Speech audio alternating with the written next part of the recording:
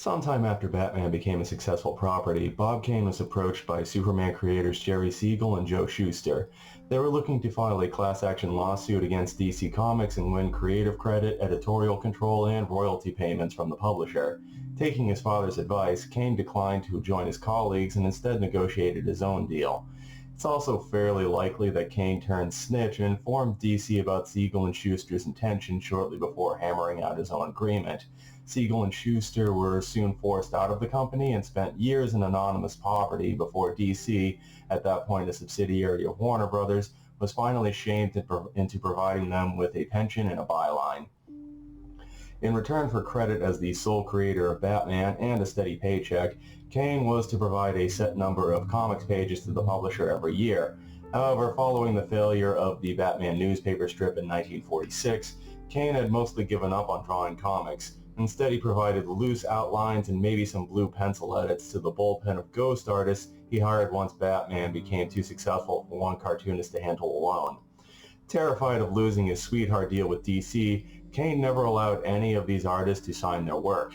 Of course, since American comics of this period were considered a degenerate trash heap suitable only for the subliterate, most of his staff were perfectly fine with this arrangement. For the most part, these artists were only grinding away in comics until they could jump to more successful or respectable illustration gigs in advertising, magazines, or at the very least a newspaper strip. The public knowledge that they sullied their hands with comic books might interfere with their dreams of becoming the next Norman Rockwell, after all. Out of the various artists who riffed on Kane's artistic sensibilities, which mostly involves swiping from Chester Gould if we're being honest, the most beloved is arguably Dick Sprang. Hired to draw Batman in 1941 when it looked like Kane would be drafted, Sprang worked almost exclusively on the Caped Crusader until his retirement in 1963. As the length of such a tenure implies, Sprang's contributions to Batman were both numerous and enduring. Sprang's figure of Batman, complete with square jaw, barrel chest, and quizzical grin, became the character's default appearance for over 20 years. Sprang's layouts, notable for their circular panels, cutting profile shots, and angular perspectives, gave Batman comics a distinct flair. Sprang's designs for the Batmobile and the utility belt remain distinguished despite thousands of other variations created over several decades. The supporting characters, either co-created or developed by Sprang, are too numerous to list here, but his work in crafting the Riddler's first appearance in particular bears at least a brief mention. Of course, the most immediately apparent element of the Sprang aesthetic lies in his giant props. This period in Batman's history would often find him contending with giant typewriters, oversized bowling pins, and really big pennies. Pop culture historian Les Daniels once opined that children might have connected with Batman's adventures because these giant props reduced the Dark Knight to a scale that was relatable to one who found the adult world large, unknowable, and intimidating. On the other hand, maybe kids just liked these comics because having a dinosaur in the Batcave was cool, and it was fun to see their hero apprehend the Joker by filling a gargantuan pie with scores of presumably very irritated bats. Sometimes a large sewing machine is just a large sewing machine. Either way, we're going to be looking at the Joker's Millions, which was first published in Detective Comics number 180, cover date February 1952. This story doesn't have any of the over-the-top motifs found in Sprang's Bag of Tricks. It doesn't even really have all that much in the way of action. However, it's often argued as one of Sprang's finest moments.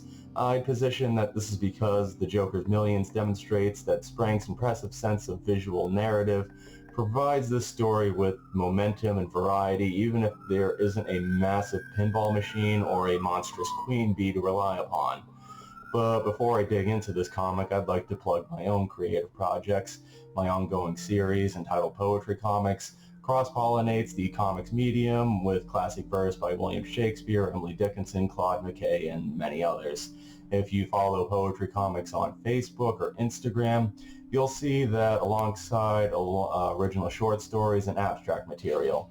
Updates go up every Monday and Friday. You can also pick up the first Poetry Comics graphic novel, published by Source Point Press. Links are in the description below this video. As I've stated before, Bob Kane was reluctant to acknowledge his collaborators, and most American comics didn't bother to list their creative teams until at least the late 1950s, so nobody knows for sure who wrote the Joker's millions. The best guess is that it was Bill Finger, who co-created Batman, came up with most of the foundational elements of the series, and was totally shafted out of his due by Kane's machinations. Finger did begin to receive official credit for co-creating Batman in 2015, a little more than 40 years after he died. Science fiction writer David Verne Reed, who co-created Batman Rogue and Suicide Squad mainstay Deadshot, is another likely candidate. Some, however, speculate that the story was written by Walter B. Gibson, the stage magician and pulp novelist who was best known for creating The Shadow but was slumming as a Batman writer for that period. Any comics fan worth their salt is already aware that Batman started out as a blatant imitation of 1930s pulp and radio heroes like Zorro, the Green Hornet, and the Spider. In fact, Bill Finger's script for Batman's first appearance in Detective Comics number 27 was crassly lifted from a Shadow story. The Joker's Million stands out from most other Batman comics for a bunch of reasons, but its main characteristic is that it's far more layered than what you'd typically find in a 12-page comic book story from the 1950s. Attending the estate hearing of racketeer King Barlow, the Joker learns that he has inherited the man's entire fortune. The Joker is stunned by this news since he and Barlow were bitter rivals, but he wastes no time in abandoning his criminal career and reveling in ostentatious displays of his newfound wealth. Things are complicated when the IRS comes calling to collect the inheritance tax. The Joker has learned only the valuables stacked at the top of his inheritance was genuine and that the remainder is phony. Having blown through most of the actual fortune already, the Joker has been tricked into a humiliating position by Barlow. The Joker will go back to prison if he defies the IRS, but he'll be the laughingstock of Gotham's criminal class if he admits that Barlow bamboozled him from beyond the grave.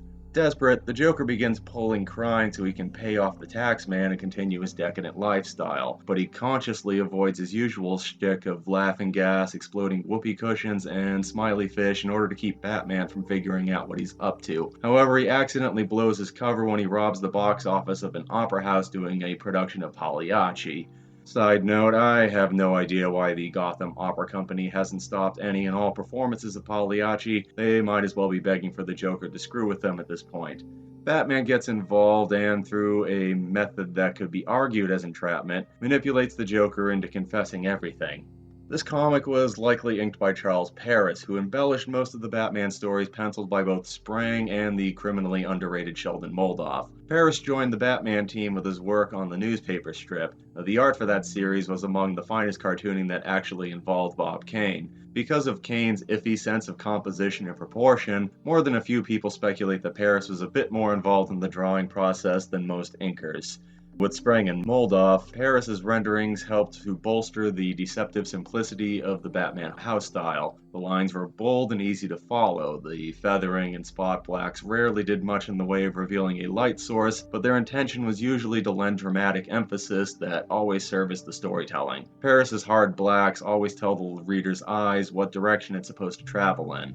The Joker's Millions was adapted into an episode of the new Batman Adventures in 1998. The teleplay was by Paul Dini, and while it retained most of the key points of the comic story, the cartoon's 22-minute running time allowed further explorations.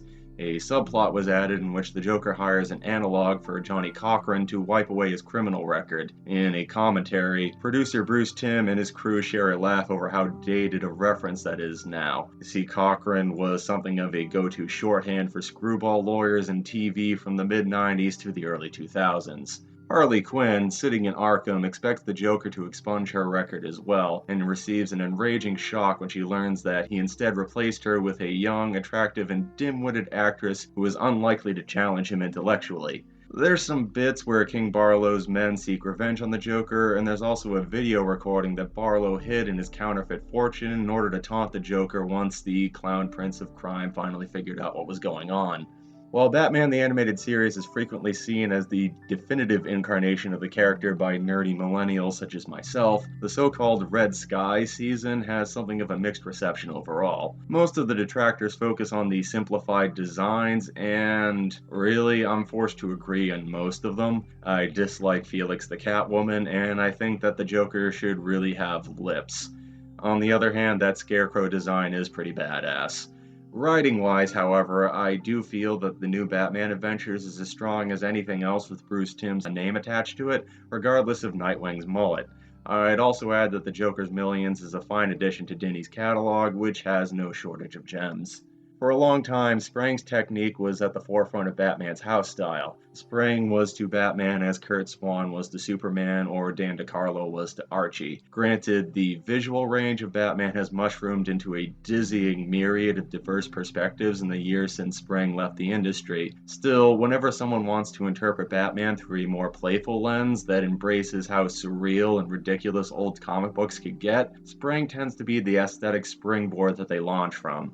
Another episode of the new Batman Adventures, entitled Legends of the Dark Knight, featured a group of kids arguing about what Batman is actually like. This was a framing device for a series of vignettes that each borrowed an element from the character's long protean history. Tim had contacted Sprang for his blessing for a sequence that referenced Golden Age Batman. Sprang, aware that popular taste had made Batman a lot more dark in recent decades, was afraid that Tim intended to be condescending in his pastiche. However, when he saw the affectionate result of the animator's labors, Sprang sent them a warm, thankful letter. Despite going for most of his career without an opportunity to even sign his work, Dick Sprang was eventually recognized as a vital component of the popular character he built into an icon. From the 1970s until his death in the year 2000, Sprang was able to supplement his income through appearances at comic conventions and by selling reproductions of his old Batman work to private collectors. Batman has gone through so many permutations that there isn't really an objectively correct version of him anymore, but the Sprang approach retains its charm, its distinction, and its ability to keep a reader invested even if there isn't going to be any hypnosis-induced time travel.